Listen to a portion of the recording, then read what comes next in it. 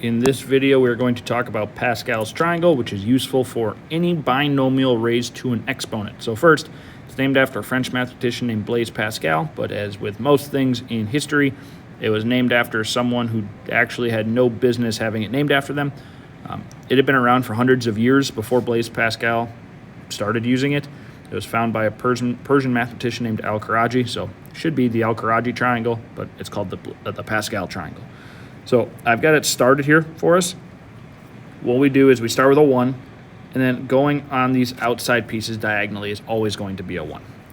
We fill in these middle pieces by adding them together. So 1 plus 1 is a 2. This 1 plus this 2 is a 3. 2 plus 1 is a 3. 1 plus 3 is 4. 3 plus 3 is 6. 3 plus 1 is 4. Noticing we continue to have 1s on the outside. We could do this for as long as we needed to. But what this is doing for us is we're going to have a corresponding binomial expansion. So what I mean by that, here we have x plus y to the 4th. This is the x to the 4th row. If I look carefully, my coefficient 1 is this coefficient. 4, 4, 6, 6, 4, 4, 1, and 1. All right?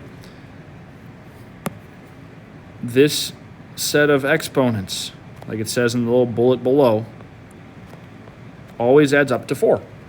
Okay, if I have binomial specifically, to the power of 4, those exponents will add up to 4 in each little term. The only exception is if that x plus y, if one of those had an exponent, then be a little bit different. But now to get to the final answer, all we did was say, well, y to the 0th is 1, so x to the 4th times 1 is x to the 4th. X to the 0th is 1, so x to the 0th times y to the 4th is y to the 4th. Now, instead of having to foil and foil and foil and then distribute and distribute and distribute, if you can make your Pascal's triangle, you can take a problem that would take you like a full notebook paper to do and do it in like 2 or 3 lines, which is kind of nice. So, expand the quantity a plus 3 to the 5th.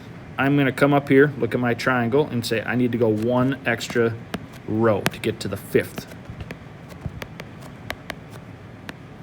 So keep the 1s on the outside. 1 plus 4 is 5, 4 plus 6 is 10, and so on. This gives me the x to the 5th piece. So now I'm going to take a 1 times a to the 5th times 3 to the 0th. Okay?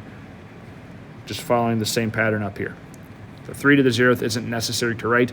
I like to write it in my work so that I don't get off in my exponents throughout the problem, especially when I have higher exponents. So now I'm going to have plus 5a to the 4th, 3 to the 1st.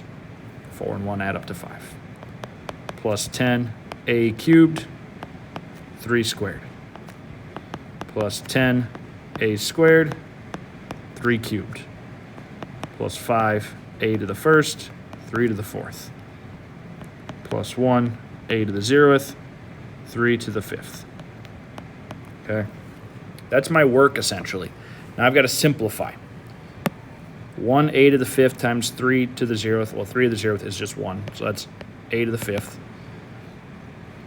Plus 5a to the 4th times 3 to the 1st. 3 to the 1st is 3. 5 times 3 is 15. A to the 4th. 10 times a cubed times 3 squared. 3 squared is 9. 9 times 10 is 90. A cubed. Now, this is where, depending on the numbers you're given, you might have to have a second line of work. 3 cubed, I hopefully know is 27.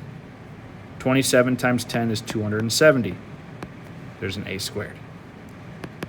3 to the 4th is 81. 81 times 5 is 405 times a to the 1st. Now, I'm just going to write it as a. You can write it as a to the 1st. That's fine. 3 to the 5th is going to be 243. I don't have to write a because a to the 0th is just 1.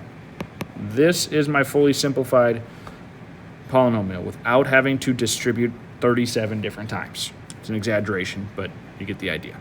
So knowing your Pascal's triangle, or your Khawarizmi triangle, if you want to call it that, makes this process a lot faster.